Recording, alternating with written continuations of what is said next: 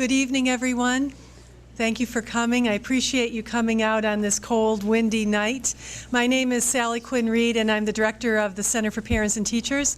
And we're really happy to have this evening program as part of the middle school PTG series that's underwritten by the Concord Middle School. And we're appreciating all of their good efforts and your joining them and supporting them so that they can bring good parenting education to the community. And also, we're very appreciative of the support of the Concord Carlisle Community Chess, who helps to keep the Center for Parents and Teachers alive. There's a lot of good handouts up at the desk that I would encourage you to get copies of that cover lots of different sleep issues. And also there's a PowerPoint slide presentation there that you can pick up and follow along and jot notes down on. We also have some other parenting programs that are coming up, and so pick up some information about that if you would. This is a wonderful program to talk about in January when we like to be cozied up and sleeping, because sleep is such an important topic. And I know that Arthur Yanofsky has spoken at length about how important sleep needs of the children being met are for success in the classroom, for health in the community, for good behavior in social environments, for general overall well-being of our children. And so we thought it was very important to have this program come to the community, and we were very fortunate that Neil and Pam are able to be with us today. Neil Kruskowski comes from the Sleep Disorders Program at Emerson Hospital. He's a director of cardio, pulmonary, and neurology sleep disorders. And Pam Hurlburt is a clinical services manager for the Sleep Disorders Program at NeuroCare. I'm going to let them tell you more about themselves and their background, but Pam is going to come up now and give you some great information that I hope will help you in keeping your children healthy and safe, and might do some good for yourself as well. Thanks for coming. Hi, everyone. Just a little bit about myself. I've been working in sleep for over 20 years, and I am the clinical manager for NeuroCare, and we actually work with Emerson Hospital to run their sleep facility. And we have 4 centers in New England. We actually run the sleep centers down at University of Pennsylvania. We also manage the program down at Emory University Hospital, and we're actually just opening an 8-bed lab for University of Chicago, which is pretty exciting. And again, Neil has been a key member of Emerson Hospital for 30 years or so, over. I've been in the field for almost 30 years, but I've been 20 years at Emerson Hospital, okay, and he oversees the sleep lab as well as other departments, including respiratory. Okay, we're going to go over some things. I'm going to try to get in as much information as possible to give you a sense of what normal sleep would be for middle school children, and what happens when they don't get it, and what are some typical sleep disorders for children this age.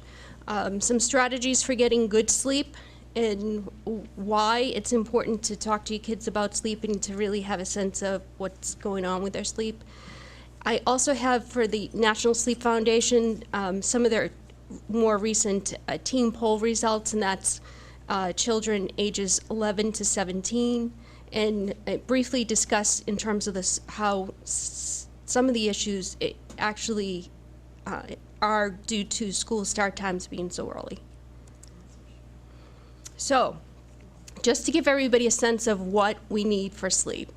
For adolescents, on average, they should be getting 9.5 hours of sleep a night, and for adults, it should be 7 to 9 hours.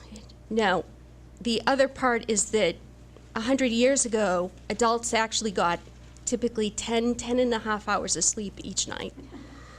So even 7 to 9 is really abbreviated, which most adults don't get that as well. As far as why is sleep important, it's just not something that you do every single day for a particular amount of time. There are actually active things happening. While you're sleeping, your body actually restores many functions. It's restorative to your immune system, it's restorative to your brain, and it's restorative to your muscles. And the way you should look at sleep is it's like driving a car without any oil. You would never do that. you know you would actually really harm the car. So you need to sleep, and even if you get partial sleep, it's not the same as getting a full night's rest. And I'd like to describe it as, it's not like you're either awake or asleep. It's a very active process, and you're actually going through different cycles of sleep 4 or 5 times a night, and you need to do cycling of sleep that many times to really feel rested in the morning. Now, when you're sleeping, you're actually, your brain is going through different types of cycles of brain waves, and there's lighter sleep and there's deeper sleep. Now, most of the sleep is actually, we categorize it as non-REM sleep, and 25% of the night is actually REM sleep. Have most people heard of REM sleep? And that stands for rapid eye movement. And it's actually lighter sleep. A lot of times people think it's deep sleep. It's not. Also, you dream in most of your stages of sleep, but it's your REM dreams that you tend to remember, because you have most of your REM at the end of the night, and it's very close to wake, so you tend to wake up right out of REM and remember those dreams. They also tend to be the type of dreams that really don't make sense. So typically you'll incorporate some old memory with some new memory. The thought is there's memory consolidation happening during REM, and most of the night isn't REM. Most of the night is stage 2 sleep, which we don't really have a sense of what happens then, but we just know you need it. As far as what also happens in non-REM is stage 3 sleep, or slow wave sleep, or what we consider deep sleep.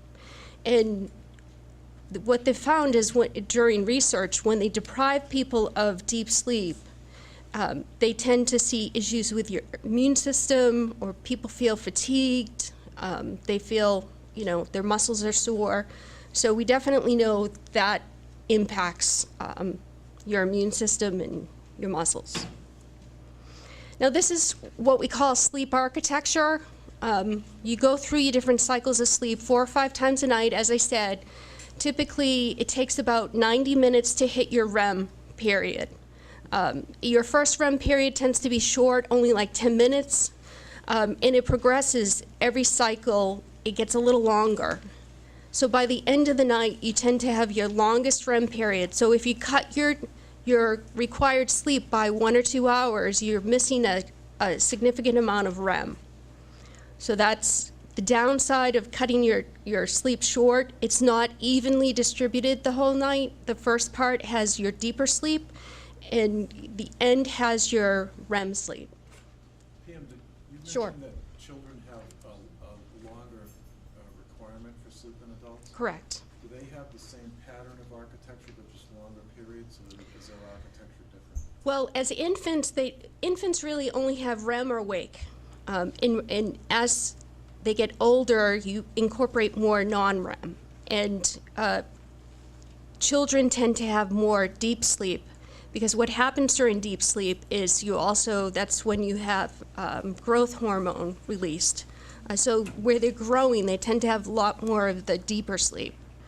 So with kids, you tend to see that. We call that, when you're not getting your full night's rest, you're accumulating sleep debt. And it's definitely been shown when you don't get the total amount of sleep you need, there's definite consequences, and I'll get into that. Okay, there's 2 ways we look at sleep regulation. There's a sleep-wake restorative process, and basically I put the hourglass here because I felt that it helps you to have a sense of all night long you want to get as much sleep as possible. The more sleep you get when you turn it over, that says how much time you'll be able to stay awake. So if you didn't get a lot of sleep, when you turn the hourglass over, you've only got a little bit of sand in the hourglass to go through before you're going to feel sleepy. So if you only get 4 hours of sleep, you're going to fall asleep and feel sleepy sooner. So if you are able to get 10 hours of sleep, you'll be able to stay awake for 16 hours. So anytime you're depriving yourself of sleep, you're also making it so that your body is more likely to fall asleep easier, and that's a concern. The other part, we call it the circadian rhythm or circadian biological clock. There's certain times when everybody feels more awake, and there's certain times when people feel more sleepy. Most people do feel sleepy in the afternoon. Some countries have siestas because of that. It's just naturally when your body is more sleepy, you actually have a dip in your temperature of your body at that time. So they just kind of go with that natural occurrence. So typically, a lot of times we have afternoon car accidents are associated with drowsy drivers too. So that's a concern. Okay, recognizing sleep problems. Just to put in perspective the different sleep issues, clearly the biggest issue is that sleep debt. People just aren't getting what their required sleep is, and that's both children and adults. The next issue is actually insomnia. A lot of people, I'm sure everybody sees the ads on the TV for Lunesta and Ambien and different, even Tylenol PM, those kind of treatments for insomnia. It's definitely a huge issue. Then obstructive sleep apnea. Has everyone heard of sleep apnea? It's more commonly known at this point. RLS, which is restless leg syndrome. Have people heard of that as well? There's some medications that are more commercial at this point. Narcolepsy, have people heard of that? That's commonly, although it's much rarer, it's more like 100,000 people versus 20 million for sleep apnea, but people tend to seem to be aware of that issue. Okay, so sleep debt, we kind of already talked a little bit about that. The thing about sleep debt is that it is cumulative. So every night that you miss, it does add on if you catch up on your sleep on the weekend, and Sunday night, kids go to sleep at 11 o'clock, wake up at 6, 7 hours sleep. So their sleep debt is 2.5 hours sleep. Now, that's 2 hours of sleep on Monday. Tuesday, you're adding to that, so it's now 2.5 and 2.5, so that's 5 hours. So by the end of the week, they have a pretty significant sleep debt. They have like 12.5 hours. So it's not just that particular day, it does accumulate, and you are, when they test people as far as their reflexes, their cognitive ability, you're definitely much sleepier come Friday than on Monday. So if teachers were giving tests, Friday is a really hard day to give a test. And also what happens when people sleep, they've more recently shown that whatever has been learned that day and you go to sleep, that's when a lot of it gets incorporated into your memory and your understanding. And when they have people shown information, clearly the people who get to sleep their required amount test better the next day in terms of what they remember than those who have sleep debt. So just trying to learn their lessons that they've learned each day, if they go home and get a good night's sleep, they're better off. So each night the kids don't get their rest, it impacts how their ability to learn during the week. Now, in terms of sports, I would say actually Sunday would be the best day, because if they get to sleep in on Friday night and Saturday, Sunday is probably the best day. I guess football wins out there.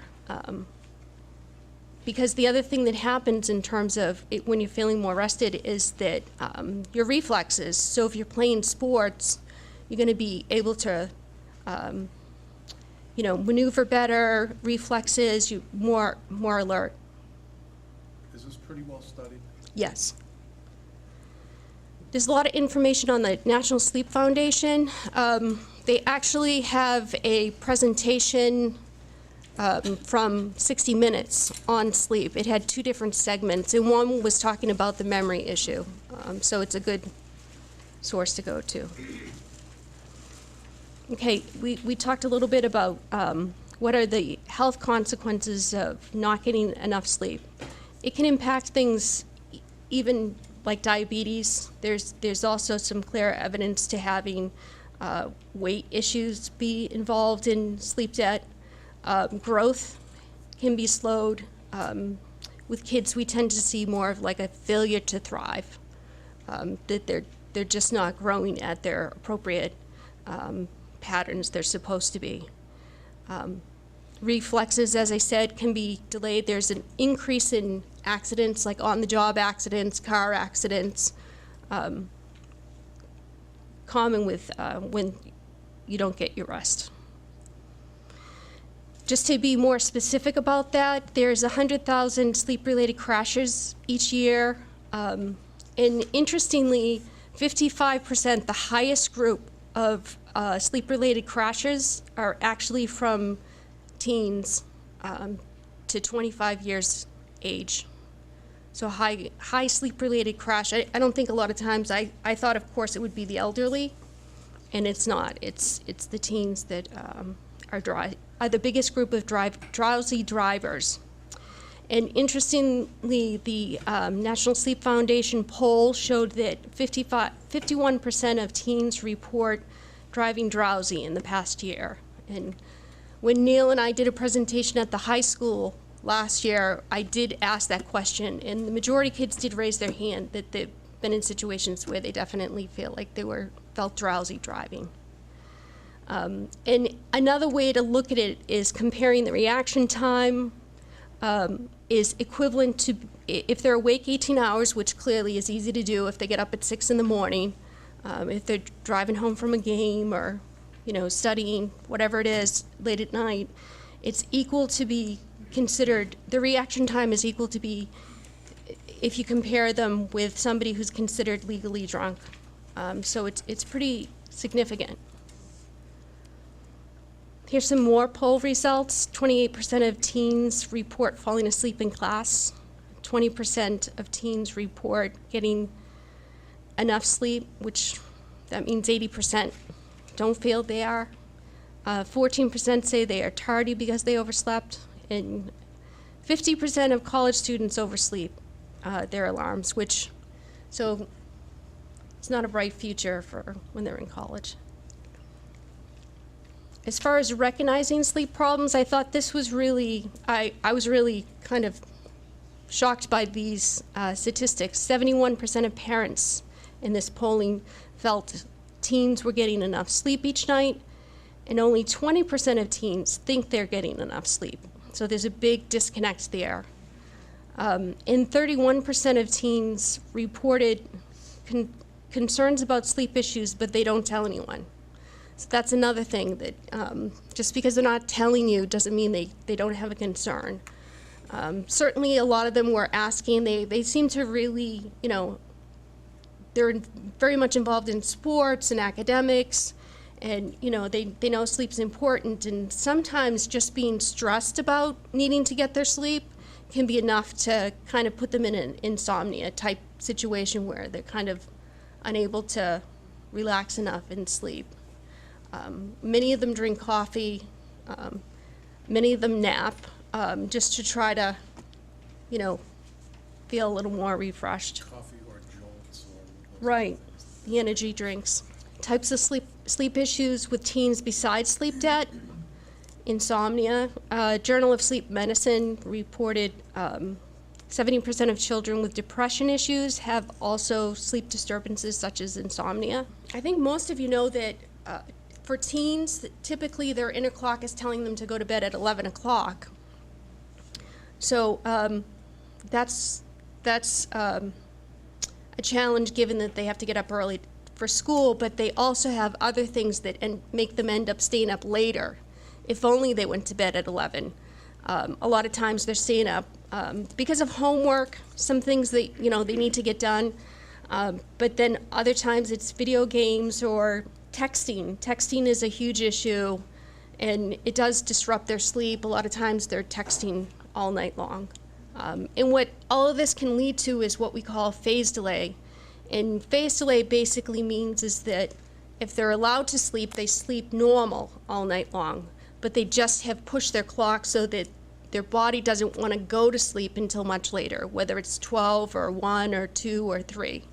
For that age group, teens, their body wants them to go to bed at 11. Now, can you change your clock? You can change your clock. Typically with phase delay, you're just trying to get it back to 11. You're not trying to make it earlier. There are some different things that can be helpful, light therapy.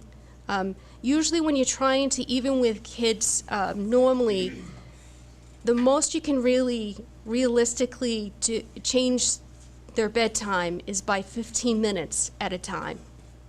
It has to be really small. You can't go from 11 to 9.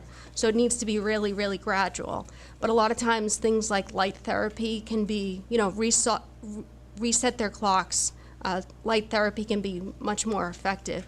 Sometimes Dr. Ferber, I don't know if you know him from, what he recommends is, he actually has some really good, great physician, sleep doctor from Children's, and it also suggests that if, say they're up till like 3 or 4 in the morning, instead of trying to go back by 15 minutes at a time, all the way back to 11, he at times suggests that they stay up and actually wait till the next night, because then they're so exhausted they can, instead of doing that 15-minute deal.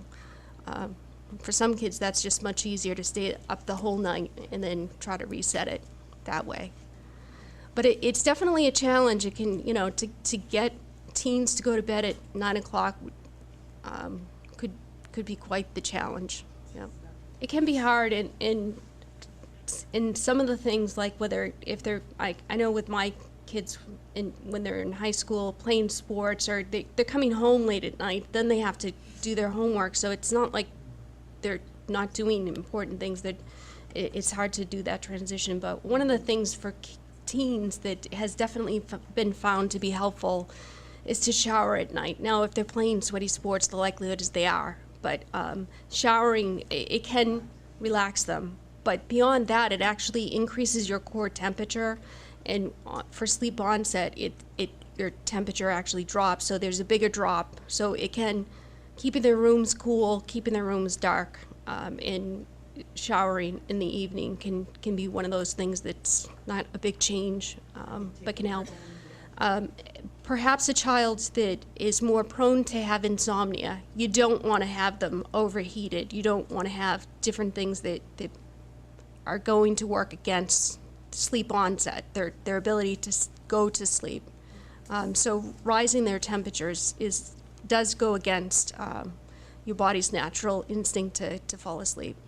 The later in the day you nap, definitely the more likely it is it's going to have trouble sleeping. But you have to look at your individual child circumstance. If they can't keep their eyes open and they have to study, they may need to nap before they can really do their homework. Yet you need to be practical about it. And if they're still tired and they're going to bed when they're done with their homework, then it really didn't do any harm. It's only when you're having a situation where then they're up all night because they can't sleep. Often they have enough sleep debt that an hour nap isn't going to prevent them from sleeping. If it does, then, as Neil said, you need to look at that and say, weigh the pros and the cons of that, whether it's worth it.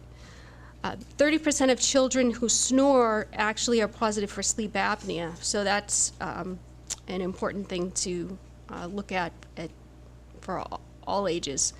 And the other thing is restless leg syndrome sometimes can make kids have difficulty falling asleep, and it's that creepy crawly feeling. Sometimes people call it growing pains. It tends to run in families, and things like a warm bath or maybe the warm blankets, if they had that scenario, might make that feel better.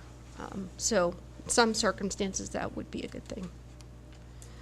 As far as insomnia, just to give people a sense of what we mean by that, they either are having difficulty falling asleep, They wake frequently, or they wake too early and can't go back to sleep.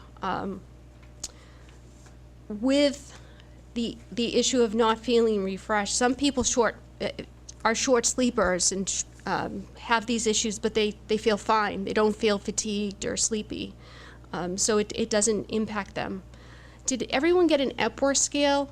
It says sleepy, and it has 8 questions. It was up. I think it's up there. It's 8 questions, and it gives you a sense. Sometimes it's hard to distinguish, are people feeling fatigued, or are they sleepy, or just to kind of qualify the level of sleepiness.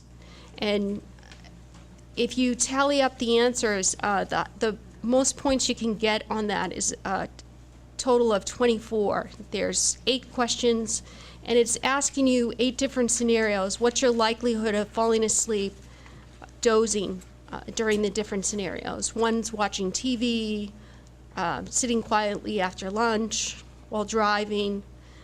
And if you look at that, that gives a little bit of a sense of how sleepy people are. And it's one of the things we use in the sleep lab, the sleep center, to evaluate sleepiness. And typically, under 7 is considered within a normal range, and then 7 to 10 is kind of the gray area of high normal, slightly elevated, and then above 10 is clearly considered sleepy. Now, as far as treatment of insomnia, typically I think people think of medications is the way to go to treat insomnia. And long-term treatment of insomnia, it isn't medications. A lot of times taking medications work for a short period of time, and then it loses its effect. And often the best way to handle it is cognitive behavior therapy, which has a lot of different things that gets looked at. Typically, people with insomnia, they tell you to only have in your bedroom, only sleep in your bedroom. Don't do anything else. Don't do homework. Don't watch TV. Anything else. So you only want to associate your bed with sleep.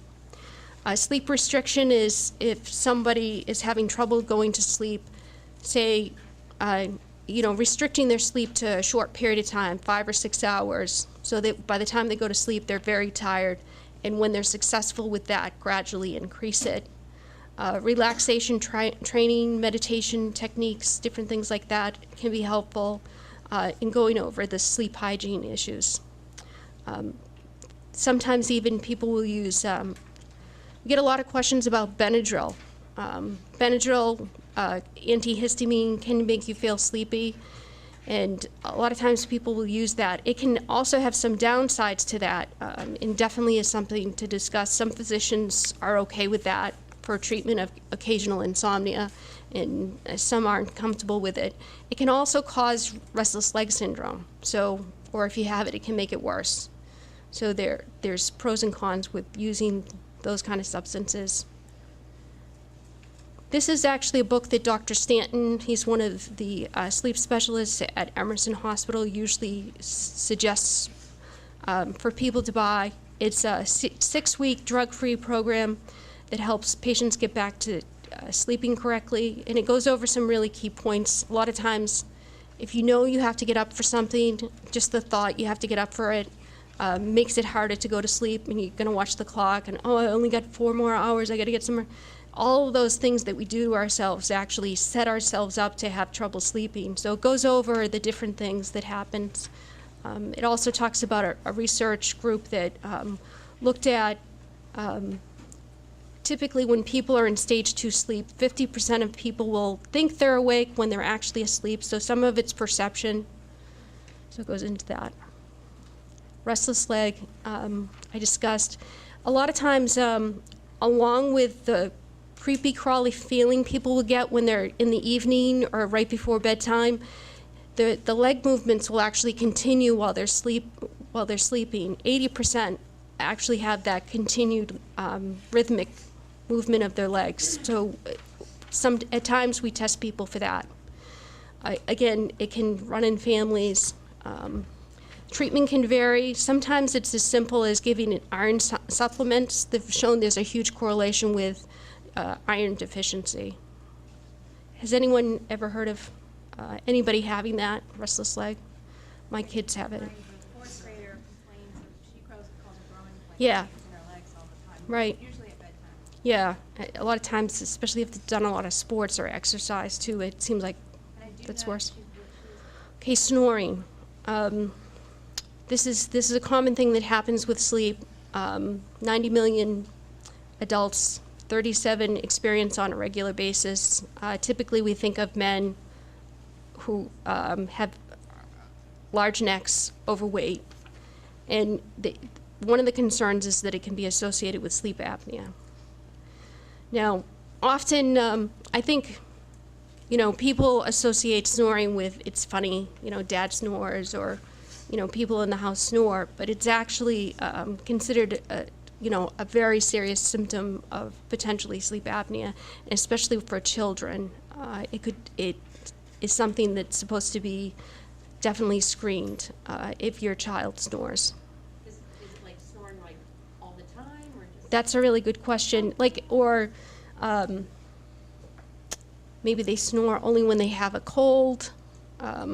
If it's not just with a cold, I would bring it up to your pediatrician. It's not like all night long. It's like part of the Right. Well, snoring's usually typically, when testing, people don't snore evenly through the whole night. Typically, there's different levels of sleep or different positions that they're in that typically they would. And plus, if you're sleeping, you're not always cognitive of, exactly how much they're sleeping, how much they're snoring. Right. So it's hard to really say. So the sleep apnea is, there's several kinds of sleep apnea. Obstructive sleep apnea is when you're actually blocking your airway while you're sleeping.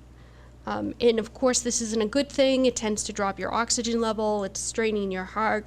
A lot of times we see it associated with heart issues. And as Neil said, what happens is that your brain, when it sees your airway blocking, it decides to wake you up, because as you go deeper into sleep, your muscles relax. So if it brings you either out of sleep, even for 3 seconds, your muscles tense up and your throat opens, which is a great thing, but it means that you're having very broken up sleep.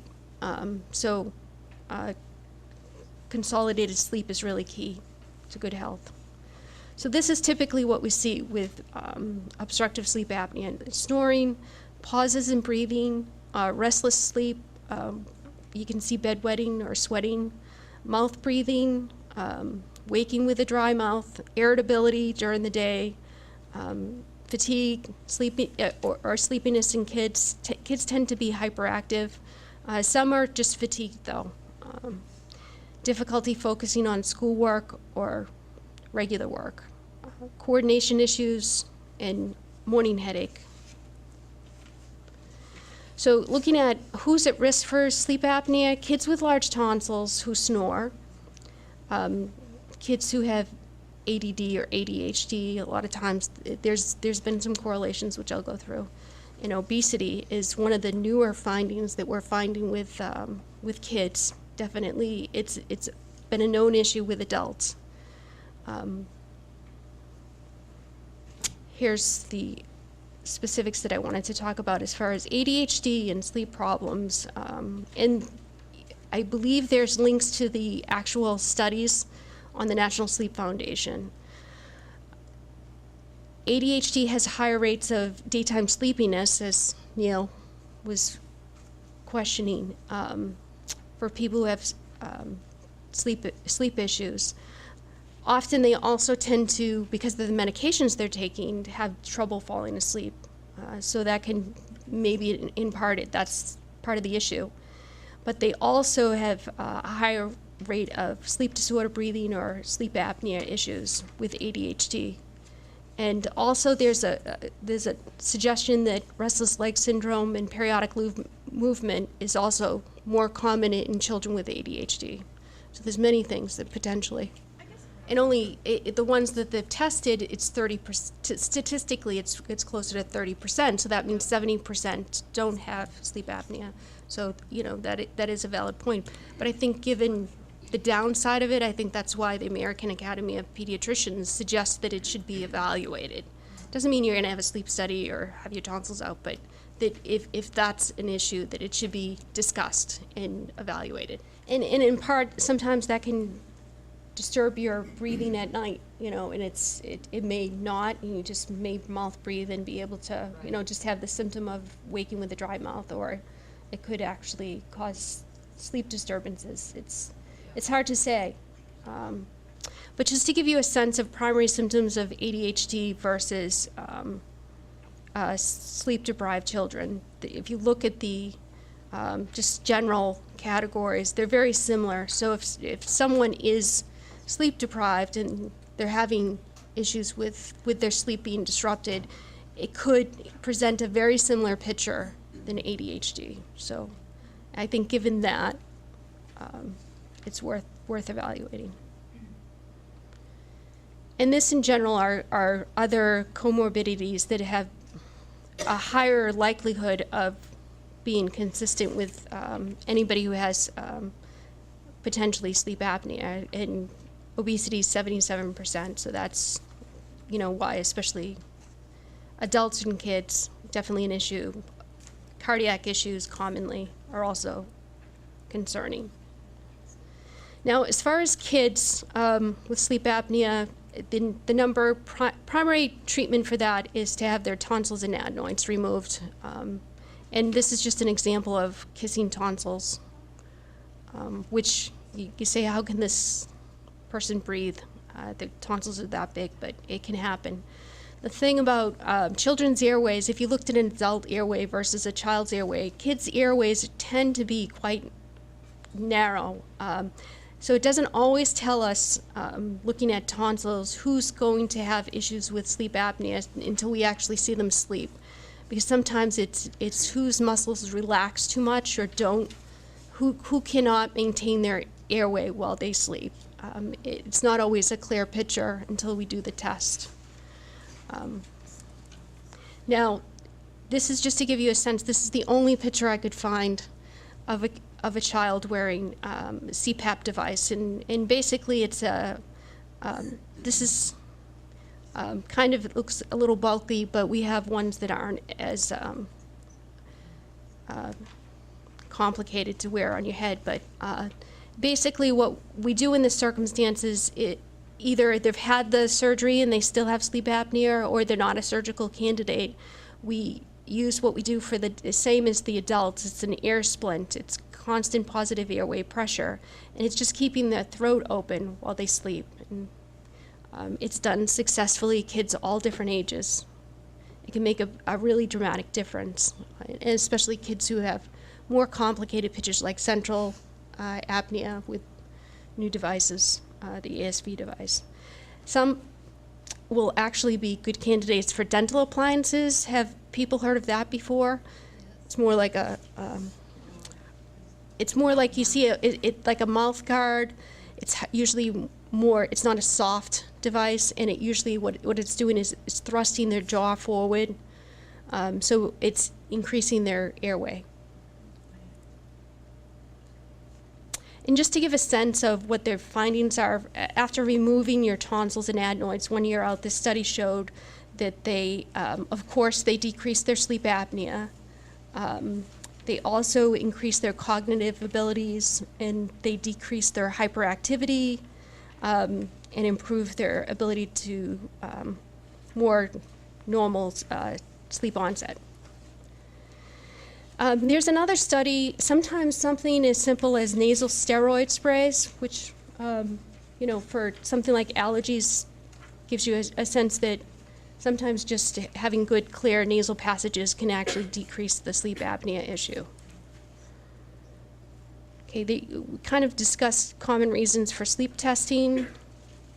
And this is typically the kind of things that a sleep specialist would try to clarify, some issues, sleep disturbance issues that might need testing or might be a concern.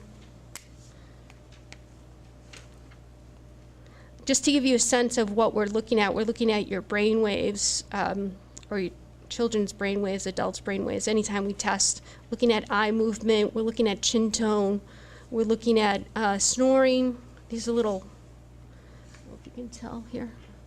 These are little snores here and here. We're looking at your breathing pattern. We're looking at, for children, we look at their end tidal CO2 levels because kids don't tend to have variations in their oxygen level as much as adults, but they tend to have more issues with hypoventilation, breathing shallow, associated with their sleep disturbances, sleep breathing disturbances. So we're looking at effort changes, we're looking at like movements, heart rate, EKG, and oxygen levels. So we're monitoring a lot of things. So there's over 80 sleep disorders for us to evaluate. These are just some of the more common ones. This gives a sense of the different things we're testing. As far as the narcolepsy is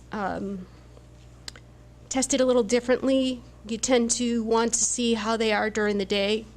We every 2 hours we'll evaluate how quickly somebody can fall asleep and if they actually go into REM during those naps. It's a positive test if it happens twice during the 5 different naps for narcoleptics.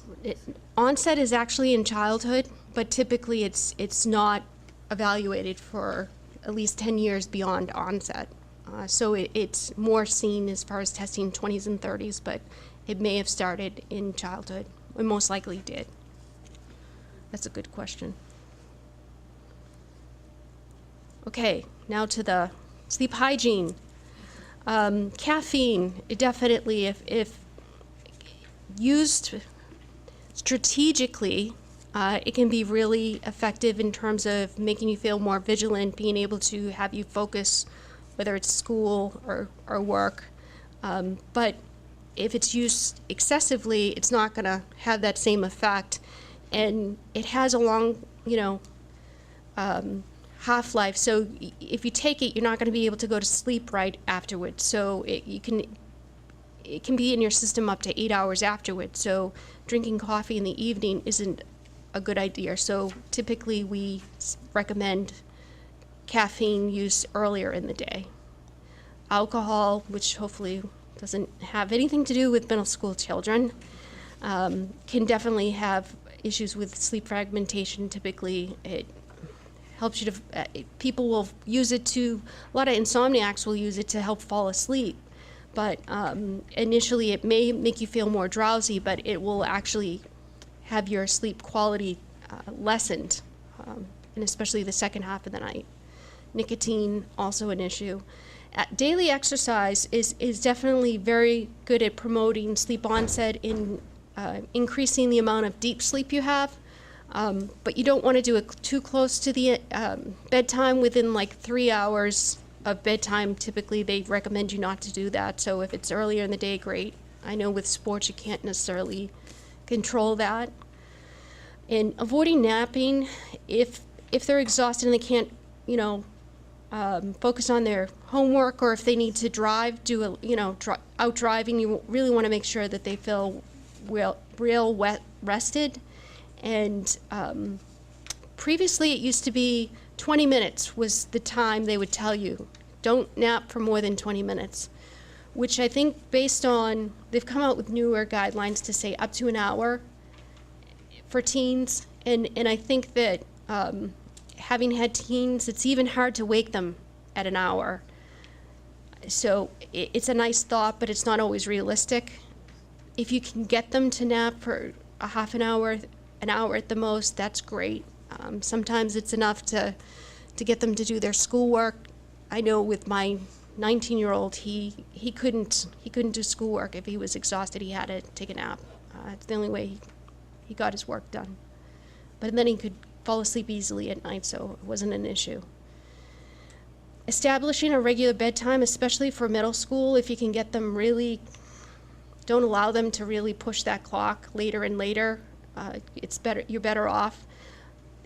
What typically we suggest is to not let them sleep too late on the weekends, only 2 hours longer, because what happens, it's that hourglass. You're gonna make it so that it's harder to go to bed at night, which is okay Saturday night, but then Sunday night when you have school, do you really want them going to bed later? But you have to really weigh all of that. in terms of, is it better that they get 4 extra hours because they, didn't get a lot of sleep and, they go to bed a little later that night? It has to be individual that you look at that, but ideally to try to keep their clock the same, you want to limit it to 2-hour differences from school days to weekends. I think that's kind of tight. So to say they only can sleep till 8 o'clock in the morning on a weekend, right? They're going to stay up late anyways. But it can be, I would say, even if you said you can sleep in as much as you want on Saturday. And the other thing is, they won't sleep more than they need. If you ever think that they're sleeping, they're just being lazy, they're sleeping more than they can possibly need, they don't. They'll sleep until their sleep debt's really as much as they can, they'll sleep. So if they're sleeping until 2 in the afternoon, they had a lot of sleep debt. Unless they have one of these other sleep issues, sleep disorders, serious sleep disorder. If it's just sleep hygiene and sleep debt issues, their body's going to try to just make up for all that it's been lacking. So I would say let them sleep in as much as you can on a Saturday, but then if you can limit it on Sunday, then you're kind of getting yourself back into that routine. That's the practical answer. That's really not the sleep medicine answer from me. Warm showers or baths at night definitely help falling asleep, relaxing. Avoiding bright light at night. That's the other thing about being on the computer. You've got light intake. Light and temperature really set your clock to be awake and to be asleep. So when you're getting bright light in the evening, it really impacts your ability to fall asleep. Now here hopefully is not what their rooms look like, but they may be. Ideally you want the rooms as relaxing as possible. I had friends who wouldn't allow them to watch TV or, during the week and only on the weekends, and, just were really strict, which perhaps is helpful because they have less to do. They can go to sleep when their homework's done. Again, you want to have that transition time. I think that is helpful to 2 to 3 hours, even if it's not conscious. It does make it so that their bodies will start to relax. For some kids, insomnia can be a big issue, and they say they lie down and they think of all the things that worry them. So if you get them in a routine of either keeping a journal or a diary or just making a list of all the things that are bothering them and what they want to do the next day about it, can be quite helpful. Definitely clocks, watchers can be an issue, so you want to turn the clock around so you can't see it. Also, it's a light, another thing to shine in your face. The darker the rooms, the better. You don't want to have too much to eat before bed so that they're feeling too full, but if you're starving too, that can make it harder to go to sleep. Sometimes a light snack is the best kind of middle ground. So quiet, dark, preferably cool, comfortable sleep environment, and whenever possible, get them to shut off TVs, computers, video games, cell phones, and typically it's much more successful if they're only going to bed when they're sleepy. If they lie there for more than 20 minutes, it's gonna kind of associate their bed with stress and make it a challenge. As far as napping, we kind of covered that. There are benefits to napping. So it's not an all or none situation. It seemed when we've given the presentations at the high school, many of the kids do nap. So I think it's a common thing. Here's some of the information. Interestingly, when I gave this out, gave the presentation, and then we came back a couple days later to give another presentation. This is what the girls seem to be asking about. Very concerned about metabolism, and that I think this was a study of 68,000 women, so pretty long study over, I believe, 15 years. Women who sleep 5 hours or less were more likely to gain weight than those who slept 7 And women who slept less actually had lower calorie intake than the women who slept more, so you can't say it was just calories. So the feeling was is that it actually impacts your metabolism. So that's the other thing, is if they're not getting their rest, they're, are they putting themselves into a cycle of gaining weight?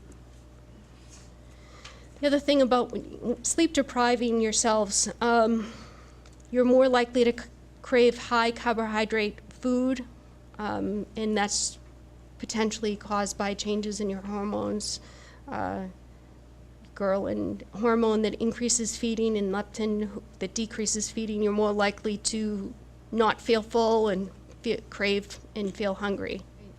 And it can be, and interestingly, like a lot of times the elementary school kids go to bed 7, 8 o'clock. So having them go, they're pretty much, they're getting much more of their sleep than the high school kids. So I know many school systems look at it, and it's definitely associated with a cost factor, and it's usually the buses more so than the sports, because a lot of times with the sports they all have the night lights, and so they can play. They like to play night games, and so schools that have changed the sports has been always talked about as an issue, but it does seem to be less. It does seem to be more the cost of the buses, definitely. But this has been something that has been reported on for over 10 years as showing that students, especially if it's significant anywhere, and this is not just in the United States, in Israel, and the entire world is looking at this and finding that if you get them closer to their time, the required time, it not only shows they don't stay up later, they do get the sleep. Because that's another thing people say, they'll just stay up an hour later, and that hasn't been the case. But they do report feeling less depressed, they get better grades, grade point averages are up. Teachers, schools report students more alert, ready to learn, less tardy kids, less illnesses, less discipline issues. Parents report that their teens were happier, easier to live with because their emotions were more stable.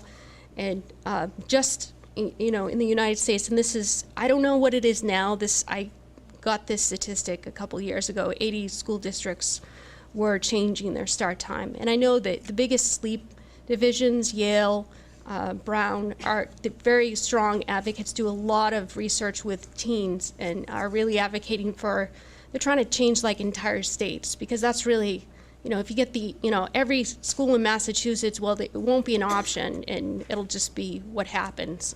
So it may be something that dramatic that it happens for the entire state, which would be great. But I know, especially, I believe Connecticut is really pushing, the sleep specialists there are really pushing to see this happen for the entire state instead of having to battle this town to town. So that may be coming. So that's a lot of information to take in. Do people have questions? Do you have a sense of, it depends on what they're reading. I have kids that definitely read, that read for 2 hours before bed. And so I think it depends on the individual kid. And it's such a joy. I would hate to say they can't read before bedtime. It's such a good habit. I don't have great advice there, because I have a son, my 16-year-old's like that, and I hope he goes to bed at least by 1 o'clock, because he's like that. He tends to read a book in a day or two, and I think it's difficult, especially as they're getting older. They're more independent, and you can't, I'm not a baby, you can't tell me what to do, and so you're dealing with a lot of that. I think you can just really make it clear to them the downside of them doing that, and try to say, start a book on the weekend, or save that for the weekend. It's so hard if they start it, on a Monday. They want to be done by Wednesday and forget it. Your social studies read that. Yeah. It's very hard, because we're giving mixed messages. Love reading, but don't read. So it may actually cause an issue with sleep. You may have her so stressed because her body's not going to let her. It would be like telling, go to sleep at 3 in the afternoon. It's like, Right. that might happen actually. But More likely. yeah, I think that you can't go against their natural. And as I said, maybe maybe 15 minutes earlier or something like that. Have her take a shower and go 15 minutes earlier. But it's definitely difficult. And you just hope that they're going to bed and falling asleep quickly when they can go to sleep, and not having things like reading till 1 in the morning or whatever. Well, when we say 7 to 9, it's like a bell curve. That's the middle group, right? And the people who are less than 7, they're short sleepers, and more than 9 are long sleepers. But as Neil says, the reality is the average person was sleeping 10 hours 100 years ago. So this is just more current, what we think is considered normal. They perhaps are a short sleeper, but that's awful short. So even what they've even shown is that when you take people who say 8 hours is what they need to rest, and you have them sleep 2 hours more, all of their testing shows they're much more effective with 10 hours sleep. So even when we're thinking, you can imagine if an 8-hour sleeper thinks they're fully rested and you give them 2 more hours and they actually test better, you can imagine a 4-hour sleeper getting more sleep. And you wonder if they have a sleep issue, some other kind of, maybe they have sleep apnea, maybe they have, All I know is they get a lot done in bed.